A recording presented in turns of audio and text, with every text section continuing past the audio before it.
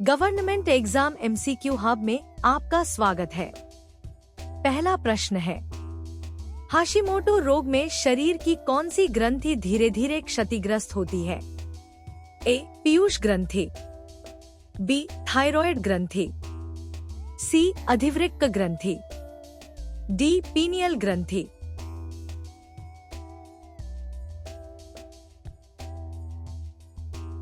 सही उत्तर है ऑप्शन बी, थायराइड ग्रंथि।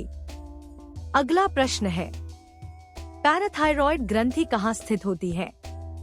ए. थायराइड के पीछे, बी. थायराइड के आगे, सी. मस्तिष्क में, डी. एड्रिनल के ऊपर।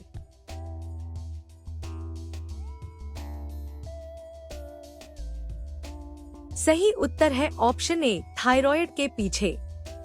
अगला प्रश्न है, पैराथायरॉयड ग्रंथि कितनी होती है? ए. 1, बी. 2, सी. 4, डी. 6।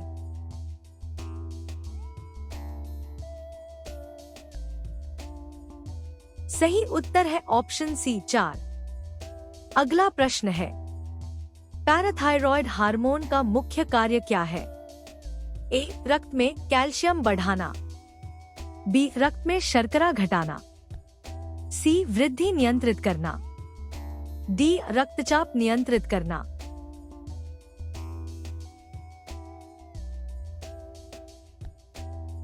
सही उत्तर है ऑप्शन ए, रक्त में कैल्शियम बढ़ाना। अगला प्रश्न है, पैराथायरॉयड ग्रंथि से कौन सा हार्मोन स्रावित होता है? A. Thyroxine, B. Calcitonin, C. Parathormone, D. Insulin.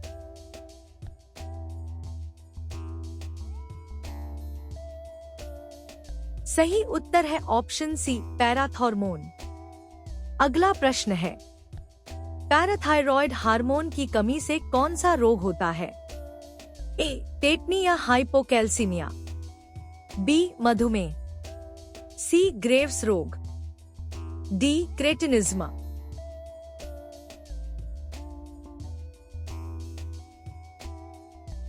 सही उत्तर है ऑप्शन ए, टेटनी या हाइपोकैल्सीमिया।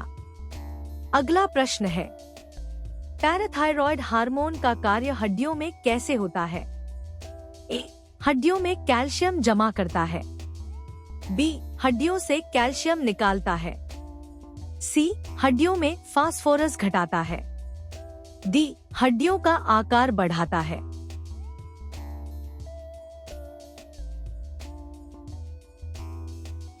सही उत्तर है ऑप्शन बी, हड्डियों से कैल्शियम निकालता है। अगला प्रश्न है, थाइमस ग्रंथि किस प्रकार की ग्रंथि है? ए. बहिःस्रावी ग्रंथि, बी. मिश्रित ग्रंथि, सी. अंतःस्रावी ग्रंथि, डी. पाचन ग्रंथि।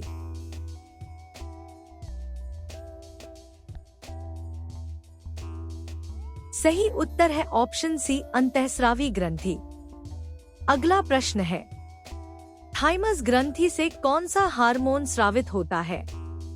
ए. Thyroxine, B. Thymosin, C. Insulin, D. Adrenaline.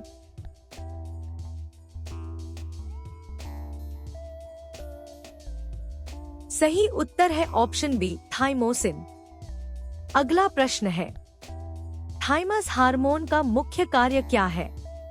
ए. वृद्धि को नियंत्रित करना, बी. रक्त शर्करा नियंत्रित करना, सी. टी लिम्फोसाइट का विकास कराना, डी. कैल्शियम संतुलन।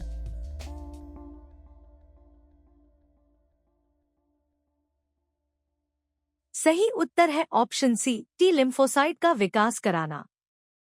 अगला प्रश्न है, थाइमस ग्रंथि शरीर की किस प्रणाली से संबंधित है? ए. पाचन तंत्र, बी. श्वसन तंत्र, सी. प्रतिरक्षा तंत्र, डी. उत्सर्जन तंत्र।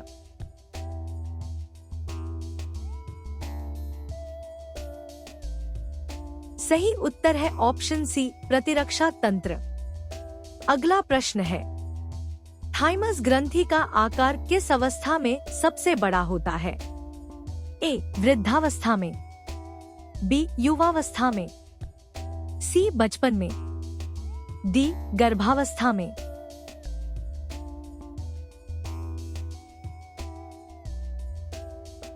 सही उत्तर है ऑप्शन सी बचपन में। अगला प्रश्न है, यौवनावस्था के बाद थाइमस ग्रंथि का क्या होता है? ए आकार बढ़ता है, बी सक्रिय हो जाती है, सी सिकुड़ जाती है, डी हार्मोन स्राव बंद हो जाता है।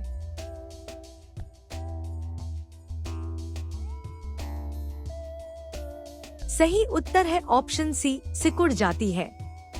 अगला प्रश्न है, थाइमस ग्रंथि शरीर में कहाँ स्थित होती है? ए गर्दन में, बी पेट में, सी हृदय के ऊपर वक्ष गुहा में, डी गुर्दे के ऊपर।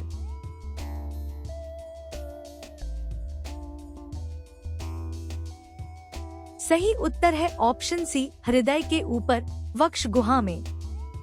अगला प्रश्न है, एड्रिनल ग्रंथि शरीर में कहाँ स्थित होती है? ए यकृत के नीचे, बी हृदय के पास, सी गुर्दों के ऊपर, डी अग्न्याशय के पास।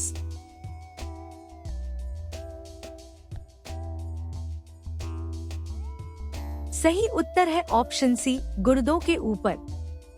अगला प्रश्न है, एड्रिनल ग्रंथि के बाहरी भाग को क्या कहते हैं?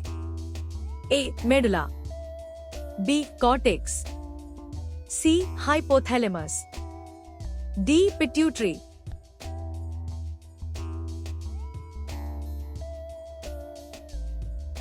सही उत्तर है ऑप्शन बी कॉर्टेक्स। अगला प्रश्न है, एड्रिनल ग्रंथि के भीतरी भाग को क्या कहते हैं? ए कॉर्टेक्स, बी मेडुला, सी थाइमस, डी थायराइड।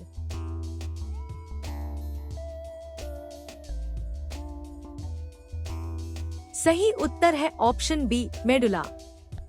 अगला प्रश्न है, एड्रिनल मेडुला से कौन सा हार्मोन स्रावित होता है? A thyroxine, B aldosterone, C adrenaline, D thymosin.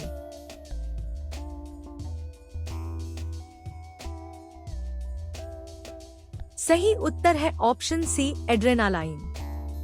अगला प्रश्न है, एड्रेनालाइन हार्मोन को किस नाम से जाना जाता है?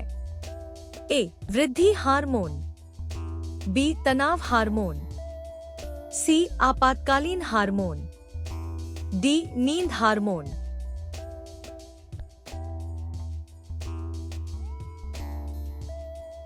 सही उत्तर है ऑप्शन सी आपातकालीन हार्मोन। अगला प्रश्न है, एड्रेनालाइन हार्मोन का मुख्य कार्य क्या है? ए पाचन क्रिया बढ़ाना, बी नींद लाना, सी आपात स्थिति में शरीर को तैयार करना, डी हड्डियों का विकास।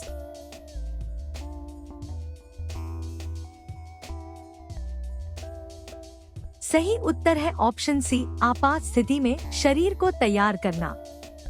अगला प्रश्न है, ऐसे ही और एमसीक्यूज के लिए वीडियो को लाइक करें, शेयर करें, चैनल को सब्सक्राइब करें और बेल आइकन प्रेस करना न भूलें। धन्यवाद।